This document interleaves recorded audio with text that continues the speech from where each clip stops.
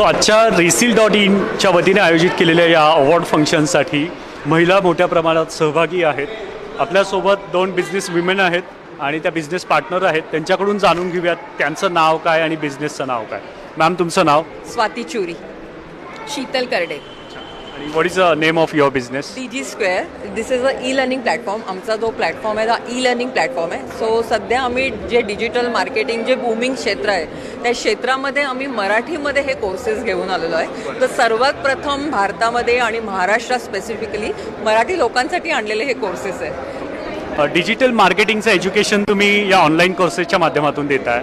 कसा रिस्पॉन्स आहे तरुणांचा, युवकांचा? खूप छान रिस्पॉन्स आहे आणि विशेष म्हणजे ही आमची पहिली कंपनी आहे जी मराठीमधून आम्ही सुरुवात केली आहे. बऱ्याच कंपन्या आहेत जे हिंदी आणि इंग्लिशमध्ये अवेलेबल, पण स्पेशली मराठी लोकांसाठी.